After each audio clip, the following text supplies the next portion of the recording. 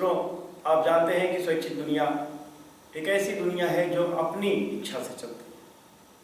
ना तो कोई प्रायोजित कार्यक्रम होते हैं और ना ही कोई पूर्वाग्रह। तो हम वो दिखाते हैं जो समाज का आईना होता है। हम उन समस्याओं को रखते हैं जो सही में कहीं ना कहीं समाज से प्रभावित होता है या सामाजिक होता है, ऐसे कह लीजिए। तो उसमें बहुत सारी बातें होती हैं। कभी कुछ सीखने का मसला होता है और कभी कोई समाज की समस्या भी होती है। तो मैं आपसे ये अनुरोध भी करता हूँ और मैंने हमेशा अनुरोध किया है कि कभी भी आपके समक्ष अगर कोई समस्या है, अगर आप उसे हमें लिखेंगे, हमें भेजेंगे, हमारे पास आएंगे, तो निश्चित रूप से हम ये शैक्षिक दुनिया के तौर पे वायदा करते हैं कि कोई और आपका साथ दे या ना दे, हम जरूर देंगे। इसी क्रम में एक समस्या को लेकर, एक समस्या पर बात करने को लेकर आज हम इस स्टूडियो में आपके समक्ष उपस्थित हुए हैं। हमारे साथ श्री सुशील अग्निहोत्री जी हैं। सुशील अग्निहोत्री जी, मैं आपको बहुत बहुत स्वागत करता हूँ। मित्रों, मैं आपको बताना चाहता हूँ कि आप कैप्टन सुखवासी सिंह स्मारक जनता महाविद्यालय घाटमपुर कानपुर नगर में गणित विषय के शिक्षक थे। विषय आपका गणित था, बीएड के मूलतः आप शिक्षक थे, बीएड आपका विभाग था और 2009 में आपने शायद ज्वाइनिंग भी वहाँ पे करी थी। लेकिन उसके बाद अच्छा शिक्षक होना ही शिक्षा में बहुत कुछ नहीं होता। शिक्षा जगत में अपनी भी बहुत सारी प्रत्यक्ष समस्याएं होती हैं जो कई बार एक स्टूडेंट को झेलनी पड़ती है और कई बार एक शिक्षक को भी झेलनी पड़ती है। तो मैं अग्निहोत्री जी आपको अपने इस स्टूडियो में आने के लिए बहुत बहुत साधुवाद देता हूँ, बहुत बहुत धन्यवाद देता हूँ कि आप आए, अपनी समस्या को हमारे समक्ष रखा। लेकिन जंगल में मोर नाचा किसने देखा? तो जब तक आप अपनी समस्याओं को अपने मुख से रूबरू हमारे दर्शकों को नहीं बताएंगे, तब तक किसी को नहीं भान होगा कि आपके साथ क्या हुआ। क्या बेसिक समस्याएं आई, आपने पढ़ाना शुरू किया, लेकिन फिर क्या हुआ जिससे आप कुछ त्रस्त हुए? मैंने 2009 में जब कॉलेज में पढ़ाना शुरू किया जी, उस दौरान से ही जब मुझे किस पद पर आपका? हमारा बीएड में गणित विषय पर चयन हुआ था और 2009 और 10 का जो सत्र था वो शून्य था जी। इस दौरान हमने देखा कि जब 10 और 11 का बैच आया जी, उस दौरान प्रबंध तंत्र ने मुझे जो वेतन था वो बहुत ही कम दिया। अच्छा। तो मैंने ये बात रखी उसके सामने कि वेतन तो मेरा बहुत ही कम है। जो चयन समिति द्वारा निर्धारित वेतनमान था जी, वो 8,000 से लेके 13,500 का था जो लिखा गया जी, और आप मुझे मात्र 8,000 रुपये पकड़ा रहे जी। उन्होंने ये कह दिया कि ठीक है, हम इसको भविष्य में इसको सही कर देंगे और ये प्रक्रिया निरंतर बढ़ने लगी और धीरे धीरे वर्ष बीतने लगे। अच्छा। और जब से मैंने डिमांड की वैसे ये समस्या उत्पन्न हो गई। अच्छा।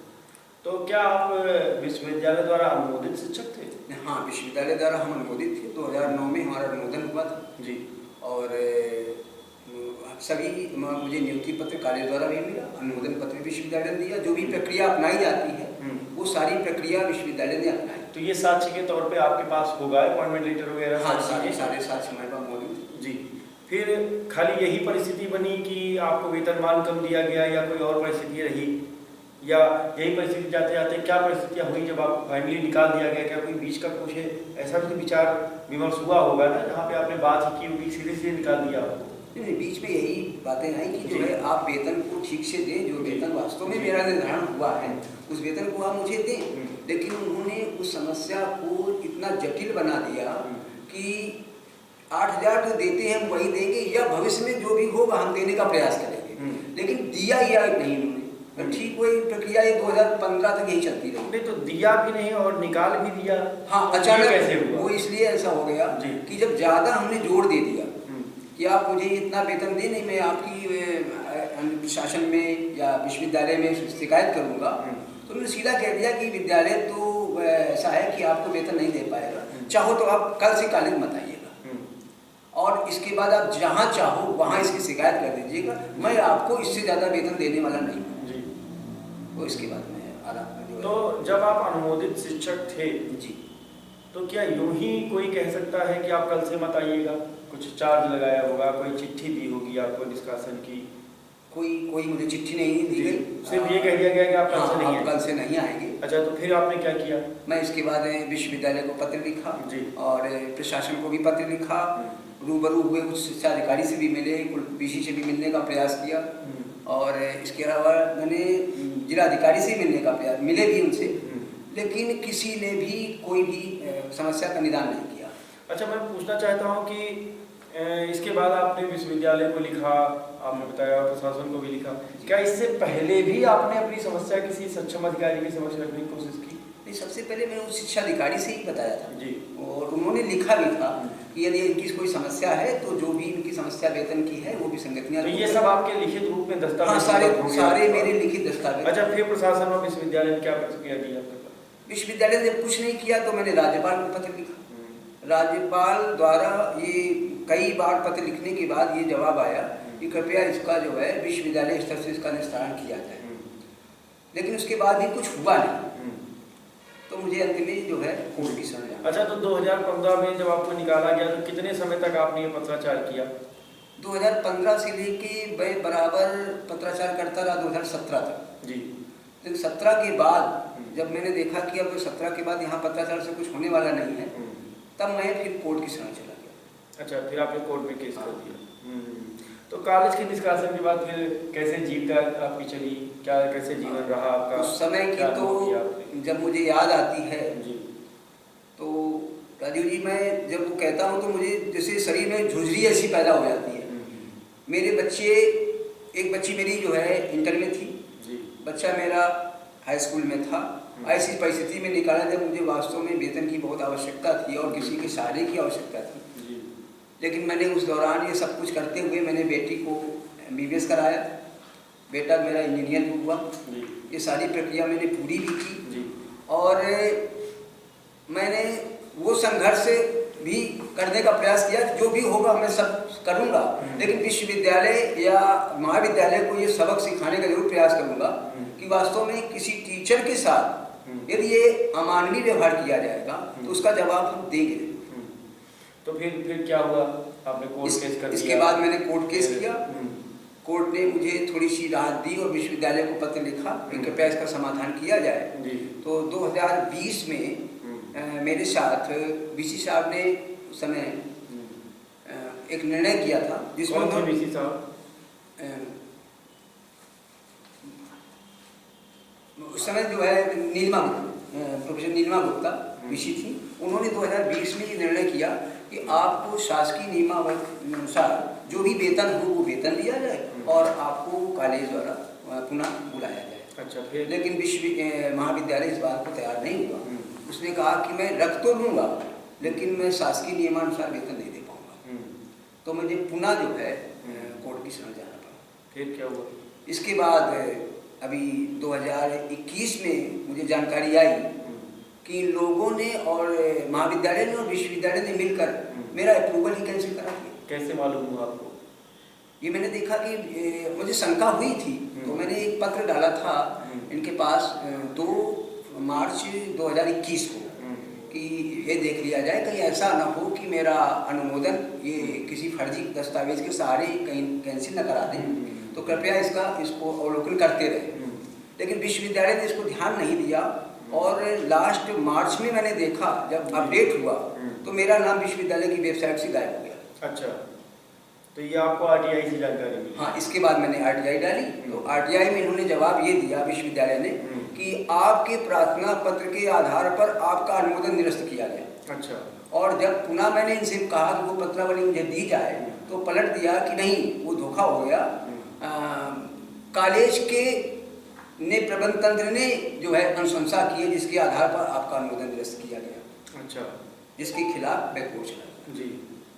फिर इसके बाद कोर्ट ने सारी विषय वस्तु को संज्ञान में लिया, सारे दस्तावेज विश्वविद्यालय से भी मंगाए और कॉलेज से भी मांगे गए और इसके बाद में इसका जो है निर्णय किया। तो कोर्ट ने जो निर्णय दिया उससे आप संतुष्ट हैं? हाँ, कोर्ट के निर्णय से संतुष्ट हैं कि कम से कम उसने हमारी बात को समझा और समझने के बाद ये जाना कि वास्तव में जो है किसी के प्रति यदि अमानवीय व्यवहार किया जाए तो उसके जवाब के लिए हमारी कोर्ट है जो कहीं ना कहीं कुछ कर सकती है। तो मैंने ये कि न्याय व्यवस्था से, अपने अधिवक्ता से, इन लोगों से आप जो है वो संतुष्ट रहे कि आपके अधिवक्ता महोदय ने भी आपकी मदद करी? हाँ, हमारे अधिवक्ता महोदय श्री विष्णु बिहारी तिवारी जी, मैं उनका तो बहुत हृदय से आभार व्यक्त करता हूँ जिन्होंने मुझे बहुत सहारा दिया और मेरे हर बिंदुओं पर वो बराबर विश्वविद्यालय और महाविद्यालय के खिलाफ लड़ाई लड़ते रहे और अंततः मुझे ये जीत हासिल की। ठीक है। अच्छा, तो अनुमोदन वापस होने के बाद अब तो आपको ऐसा लेटर मिल चुका है, हाँ, तो अब क्या करेंगे आप? क्या ऐसी विषम परिस्थिति में भी जो है वो ज्वाइन करेंगे?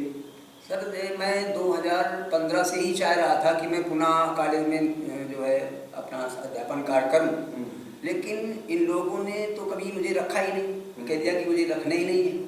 और आज भी इसके बाद जो कोर्ट का आदेश आया है उसके बाद में मैं चाहूँगा कि महाविद्यालय यदि मुझे जाऊँगा और उसे कहूँगा कि यदि मुझे मैं बुलाया जाता है तो मैं सहर्ष अपनी कक्षाएं आरंभ कर दूँगा और बच्चों का अध्यापन का कार्य शुरू कर दूँगा। उसमें मुझे कोई दिक्कत नहीं है। अच्छा, विश्वविद्यालय तो एक नियामक संस्था है सभी कॉलेजों की, तो उन्होंने आपकी मदद क्यों नहीं की? क्या वो समझ नहीं पाए मैटर को, या आप समझा नहीं पाए, या क्या हुआ? क्या ऐसा क्या रहा जो मिसकम्युनिकेशन रहा? मुझे तो लगता है कि विश्वविद्यालय और महाविद्यालय की मिली भगत चल रही है। अच्छा। क्योंकि मैं देखता हूँ, मैं इस दौरान देखा भी है कि बहुत सारे टीचरों को निकाला जाता है, नियमावली तो बहुत बनाई जाती है, देखने में तो लगता है विश्वविद्यालय बहुत अच्छे कार्य कर रहा है, लेकिन नियमावली बनाने के बाद उनका अनुपालन विश्वविद्यालय नहीं करवाता है। और उसकी दशा ये होती है कि जो भी अध्यापक है वो डरता रहता है कि महाविद्यालय वाले निकाल देंगे, विश्वविद्यालय कुछ करेगा नहीं। और ये धमकी भी महाविद्यालय द्वारा दी जाती है कि इसके बाद आप जहाँ मन चाहे वहाँ चले जाइए, मेरा कोई बिगड़ने वाला नहीं। यूजीसी नामक संस्था भी तो है जो आप सबके ऊपर है, फिर वहाँ भी तो जाने का एक रास्ता होता है आपके पास। हाँ, वो भी होता है, एनसीटीई हमारा रास्ता है, लेकिन वो सारी प्रक्रिया इतनी जटिल हो जाती है कि हम लोग वहाँ तक नहीं पहुँचते हैं। तो आप गए कि नहीं? हमने यूनिवर्सिटी को यूजीसी को और एनसीटीई को पत्र लिखा था, लेकिन उधर से भी कोई जवाब खास आया नहीं मेरे पास। कोई जवाब नहीं आया? अच्छा, ये सभी मूल दस्तावेज के रूप में आपके पास उपलब्ध? हाँ, सारे मूल दस्तावेज हमारे पास उपलब्ध हैं। हाँ हाँ। तो आपकी नियुक्ति का प्रारूप क्या है अभी? हमारी नियुक्ति का जो मेन प्रारूप ये है कि मेरा जो नियुक्ति हुई थी वो 2104 एक जियो था, उस जियो के तहत हुई थी। और उस जियो में ये बाकायदे दर्शाया गया है कि बीएड का जो भी प्राध्यापक होता है वो नियमित वेतनमान का होता है। अच्छा। जबकि महाविद्यालय या विश्वविद्यालय द्वारा ये कह दिया जाता है कि आप तो संविदा पर नियुक्ति हुई आपकी, जबकि वास्तव में हम लोगों की नियुक्ति नियमित। अच्छा, तो कह दिया जाने से मतलब है कि उन्होंने कहीं लिख के दिया है या कहे ही दिया है? उन्होंने हमको तो लिख के दिया है, मेरे पास वो दस्तावेज हैं। उन्होंने मुझे जो अनुमोदन पत्र दिया है उसमें वेतनमान निर्धारण लिखा हुआ है कि 8,000 से लेकर 13,500 वेतनमान पर आपकी नियुक्ति की जाती है। इसके बाद महाविद्यालय ने भी हमको नियुक्ति पत्र दिया, उसमें भी लिख दिया कि 8,000 से लेकर 13,000 वेतनमान पर आपकी नियुक्ति की जाती है। मैंने इसके बाद जो यूजीसी का लेटर है उसमें भी लिखा हुआ है आप नियमित वेतनमान पर आपको नियमित वेतन भुगतान किया जाएगा। तो ऐसे जब सारे दस्तावेज हमारे पास हैं तो फिर नियमित वेतनमान भुगतान क्यों नहीं किया गया? बस सवाल ये प्रश्न खड़ा होता है। तो क्या जवाब मिला आपको इसका जवाब विश्वविद्यालय देने को तैयार है नहीं, शासन कोई जवाब देने को तैयार है नहीं। इसीलिए मैं शासन के खिलाफ, विश्वविद्यालय के खिलाफ मैंने केस। तो आपके पास तो आपने मुझे बताया कि एक प्रमाण है जिससे बीएड के प्रवक्ता नियमित हैं, क्या ये भ्रांति भी है? क्या लोगों के बीच में भ्रांति है? ये भ्रांति लोगों के अंदर फैला दी गई है विश्वविद्यालय और महाविद्यालयों द्वारा कि आपकी नियुक्ति संविदा पर है, आप नियमित वेतनमान पर नहीं है। और इतनी ज़्यादा गहराई से हो गई है कि आज तक मतलब 2015 से लेकर 2023 तक मैंने पूरा प्रयास किया है हर महाविद्यालय के बीएड प्राध्यापकों से मिलने का, लेकिन ये बात समझाने के बाद थोड़ी देर सुनते तो बड़े गौर से, इसके बाद तो लगता है जैसे कि हम गलत बोल रहे हैं। उनको लगता है दस्तावेज गलत है, जो हम सुनते आ रहे हैं वो सही है, तो वो व्यक्ति की समझ में नहीं आ रहा है। चलिए, तो ये तो बात हुई कि आपने अपनी लड़ाई तो लगभग जीत ली है और आपको न्याय भी मिल गया है लगभग, क्योंकि माननीय जो कोर्ट कहता है तो उसको तो महाविद्यालय को ही मानना पड़ेगा, विश्वविद्यालय को ही मानना पड़ेगा। कहीं ना कहीं सरकार से भी वो ऊंची है, तो सरकार भी आपकी मदद करेगी। और आशा करते हैं, स्वैच्छिक दुनिया ऐसी आशा करता है कि आप अपनी लड़ाई में जीतेंगे। आपको जो एरियर और जो बाकी सुविधाएँ हैं वो महाविद्यालय द्वारा दिया जाएगा और जल्दी ही आप पुनः अपने जो अध्यापन कार्य है उसमें आप लौटेंगे। जी। लेकिन एक बहुत महत्वपूर्ण बात ये निकल कर आई दोस्तों कि जो बीएड के लोग हैं, जो बीएड के टीचर हैं, बीएड संकाय के जो टीचर हैं, शिक्षक हैं, वो प्रायः अपने आप को संविदा पर ही मानते हैं, जबकि आपने कहा कि जियो है जिसके माध्यम से बीएड टीचर्स को ये मानना चाहिए, उनको भी इस दस्तावेज का एक अंकन करना चाहिए, मूल्यांकन करना चाहिए कि बीएड के जो प्रवक्ता है वो नियमित है, उनकी जो नियुक्ति है वो नियमित है। और आप सुशील कुमार अग्निहोत्री द्वारा बताए गए इस जीओ का संज्ञान लें और इस जीओ को तस्दीक करें ताकि आप भी अपनी लड़ाई लड़ सकें। इस एपिसोड के माध्यम से सुशील कुमार अग्निहोत्री जी से मिलवाने का जो शैक्षिक दुनिया का एक उद्देश्य है वो ये है कि देर भले हो सकती है लेकिन आपके साथ अन्याय नहीं हो सकता है। अगर आप अपनी लड़ाई लड़ेंगे तो देखिए 2015 से 2023, लेकिन 2023 में अल्टीमेटली आप जीत कर आए। जी। कोई और संदेश अगर हमारे दर्शकों के लिए? हम तो चाहेंगे जितने भी प्राध्यापक हैं बीएड के वो अपनी ये भ्रांति तो दूर कर दें कि हम जो है संविदा पर शिक्षक हैं, वो नियमित शिक्षक हैं और अपने अंदर वो इच्छा शक्ति पैदा करें इससे कि इस लड़ाई में वो भी शामिल हों और शामिल होकर वो जो वास्तव में नियमित वेतन है उनका, जो निर्धारित वेतन है वो उनको मिल सके। इसकी लड़ाई के लिए वो आगे बढ़ें तो उनका आगे भविष्य अच्छा हो सकता है। चलिए, बहुत अच्छी बात है। बहुत सारी समस्याएं हैं जो हमेशा शिक्षकों के साथ आती रहती हैं। मित्रों, आपके साथ शिक्षक संघ भी होते हैं, एमएलसी जैसी एक पोस्ट भी होती है, सरकार है, यूजीसी है, विश्वविद्यालय है, लेकिन अगर आप अपनी बात बताएंगे ही नहीं किसी को तो कोई जानेगा नहीं। तो हम इस एपिसोड के माध्यम से आपसे यही निवेदन करते हैं कि अपने हक की लड़ाई जारी रखिए। जैसे सुशील कुमार अग्निहोत्री जी ने अपनी लड़ाई जीती है, वैसे ही यदि आपके पास कोई समस्या है तो सोशल रिसर्च फाउंडेशन नामक संचालित जो ये शैक्षिक न्याय स्टूडियो है, हमको आप लिखिए, कमेंट में बताइए अपनी समस्याएं, आइए ताकि हम आपकी बात को आगे बढ़ाने में आपकी मदद कर सकें। इन्हीं शब्दों के साथ मैं सुशील कुमार अग्निहोत्री जी को बहुत बहुत धन्यवाद देता हूं कि कम से कम आपने इतनी साहस किया जो आप सरकार और यहाँ से लड़े। और मैं इन्हीं शब्दों के साथ आपसे विदा चाहता हूँ कि अगले एपिसोड में फिर हम किसी नई शख्सियत के साथ आपसे मुलाकात कर सकें। नमस्कार। Subscribe now and press the bell icon. Never miss an update.